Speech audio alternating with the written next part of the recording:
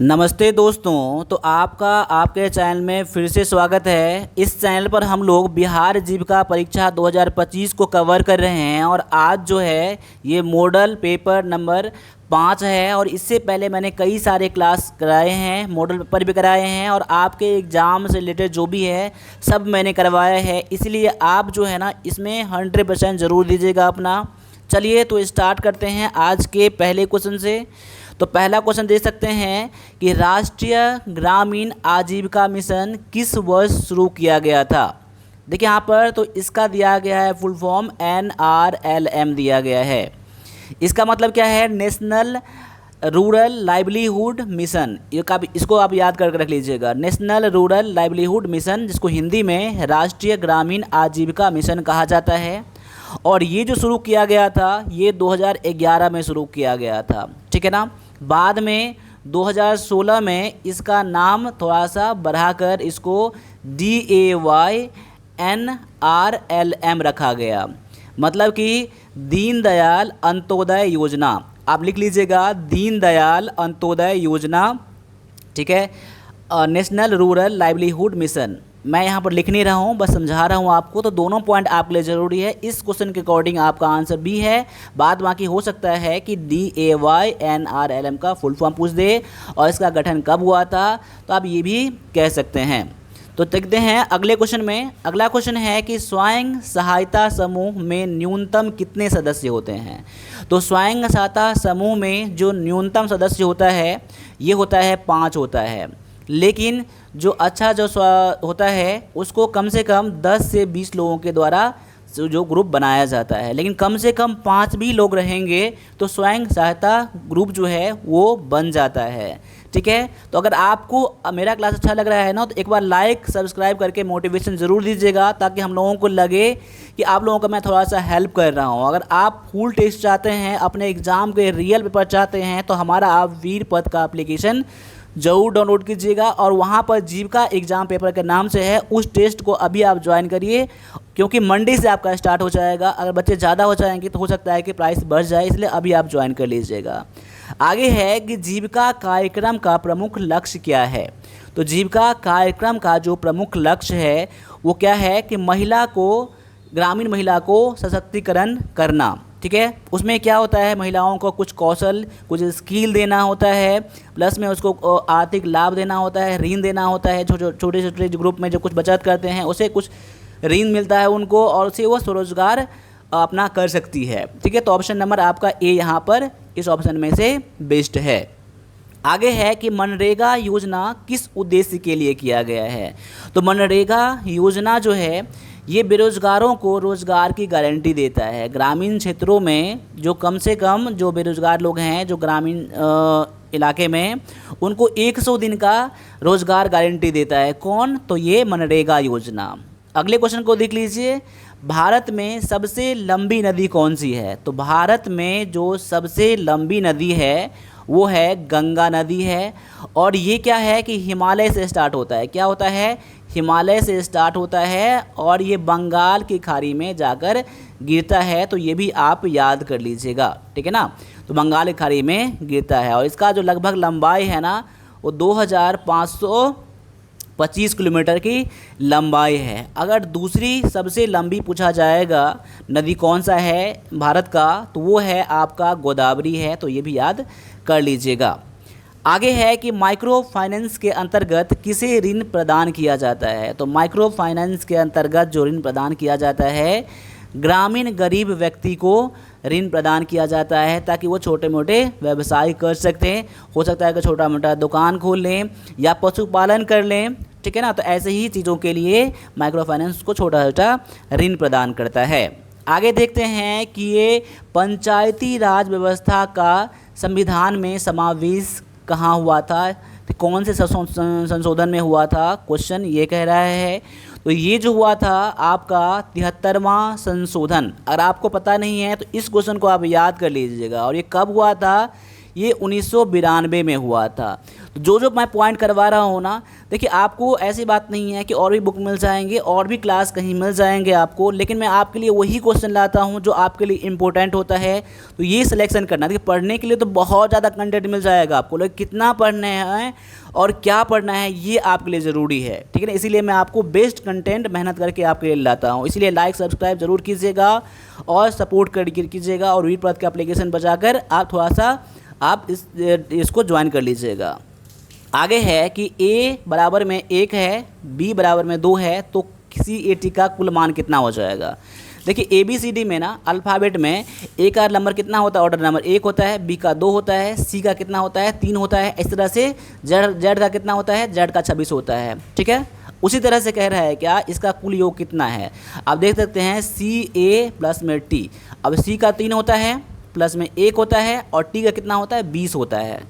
अब सभी को जोड़ लीजिए, इसका कितना हो जाएगा, तो 24 हो जाएगा आपको जोड़ के। तो आपका आंसर क्या हो जाएगा, 24 हो जाएगा। आगे है कि बिहार के किस ज़िले को भारत का कागज़ केंद्र कहा जाता है। तो भारत के का कागज़ केंद्र जो कहा जाता है, बिहार के भागलपुर ज़िले को कहा जाता है। तो ये सब क्वेश्चन पता नहीं है ना, तो आप लोगों को ये सब पता होना चाहिए, इसको रट लीजिएगा, ठीक है ना। चलिए आगे है कि गेहूँ की कटाई किस मौसम में होती है। ये गेहूं की कटाई जो होती है ना, ये सर्दी जब ख़त्म होने वाला होता है तब होता है, यानी कि जनवरी से लेकर मार्च तक होता है, ठीक है ना। तो सर्दी ख़त्म होने का जब आता है सीजन, तो आप सर्दी इसमें से ले लीजिएगा, तो आपका आंसर यहाँ पर हो जाएगा। आगे है कि 25% का 240 कितना होगा। अब देखिए यहाँ 240 क्वेश्चन ये कह रहा है कि 240 का 25%, यानी कि 25 बटा में 100। अब देखिए 25 चौका में 100 हो जाएगा, और 4 से काटेंगे कितना हो जाएगा 60, यानी कि आपका 60 हो जाएगा आंसर।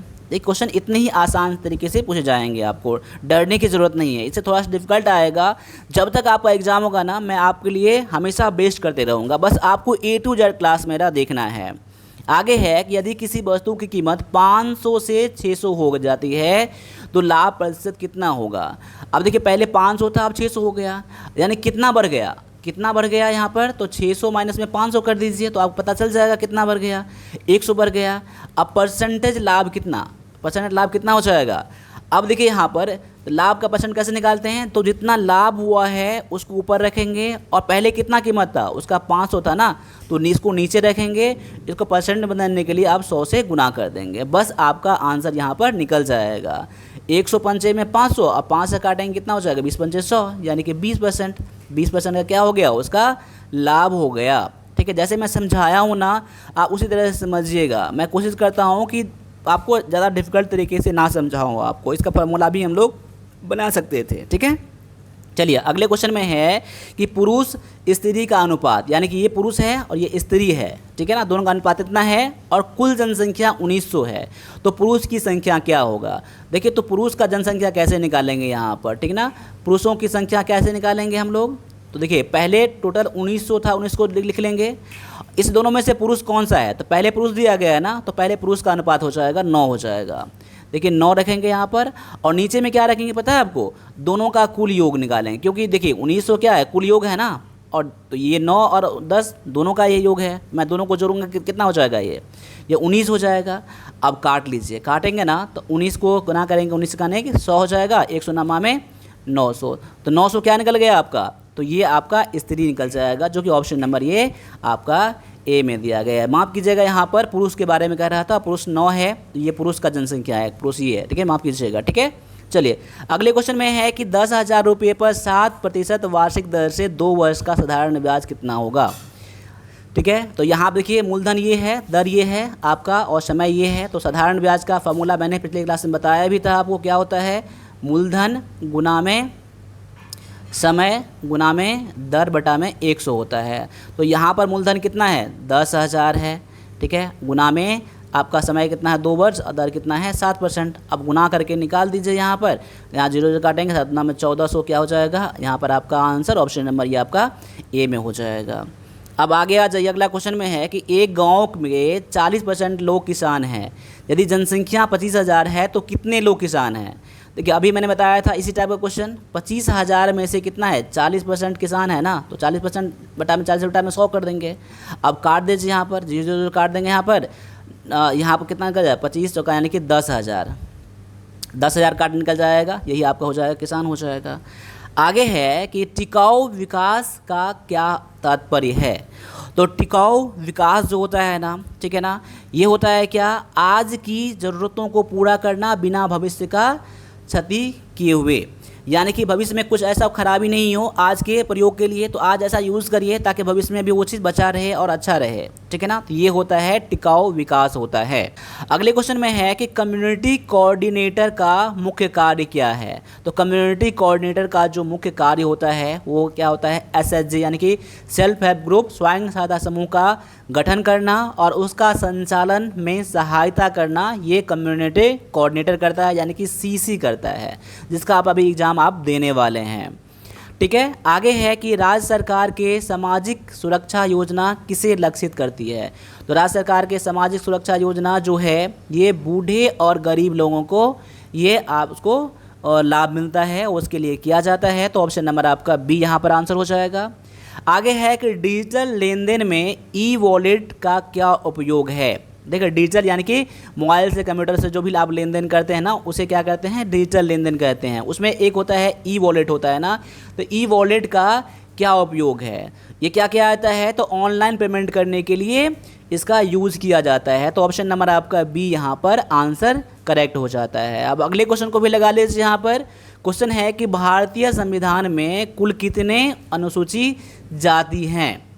देखिए इस क्वेश्चन का आंसर देना बिल्कुल आपका सही नहीं हो जाएगा, क्योंकि ये धीरे धीरे अपडेट होता रहता है, एक तरह से समझ लीजिए। तो यहाँ पर क्या हो जाएगा, आपका आंसर 103 हो जाएगा। देखिए यार हो सकता है कि 2025 तक या 2024 तक ऐसा क्वेश्चन पूछ दे तो ठीक है, लेकिन ये धीरे धीरे अपडेट होते रहता है। तो अभी क्या है कि 103 है आपका क्वेश्चन नंबर 21 का जो आंसर है। आगे है कि भारत का राष्ट्रीय पक्षी कौन सा है। तो भारत का राष्ट्रीय पक्षी क्या है, तो मोर है। और राष्ट्रीय जानवर क्या है, राष्ट्रीय पशु क्या है, तो ये है आपका बाघ है। आगे है कि Ctrl+X कीबोर्ड से क्या करता है। कंट्रोल और X दबाएंगे ना तो ये आपका कट करता है, ठीक है। तो ऑप्शन नंबर आपका बी यहाँ पर करेक्ट आंसर हो जाता है। आगे है कि हिंदी दिवस कब मनाया जाता है। तो हिंदी दिवस जो मनाया जाता है ये हर साल 14 सितंबर को मनाया जाता है हिंदी दिवस, ठीक है। और शिक्षक दिवस कब मनाया जाता है, तो 5 सितंबर को मनाया जाता है। आगे है कि ग्राम सभा का मुख्य कार्य क्या होता है। तो ग्राम सभा का जो मुख्य कार्य होता है ये स्थानीय विकास कार्यों पर चर्चा करता है और उसमें निर्णय लेता है, ठीक है ना। तो यहाँ पर जो आपका आंसर हो जाएगा 25 का, ठीक है। तो यहाँ पर ऑप्शन नंबर आपका सी आपका यहाँ पर आंसर हो जाएगा, ठीक है। तो यहाँ पर अभी मैंने 25 क्वेश्चन करवाया है। 25 क्वेश्चन जो है आपके लिए बहुत ज़्यादा इंपॉर्टेंट है। इसके बाद भी और भी क्लास आएंगे और आप अपनी तैयारी को फास्ट करने के लिए आप फिर से कह रहा हूँ, आप वीर पथ का एप्लीकेशन डाउनलोड करिए और अभी आप टेस्ट ज्वाइन करिए, क्योंकि टेस्ट आपका जो है मंडे से स्टार्ट होने वाला है, ठीक है। तो सबसे बेस्ट टेस्ट रहने वाला है। अभी इसका कीमत मात्र 125 रुपये है। और भी जो कुछ क्वेरी है आप कमेंट जरूर कीजिएगा और लाइक सब्सक्राइब जरूर कीजिएगा। मिलेंगे अगले क्लास में, तब तक सभी से एक बार फिर से जय हिंद, जय भारत।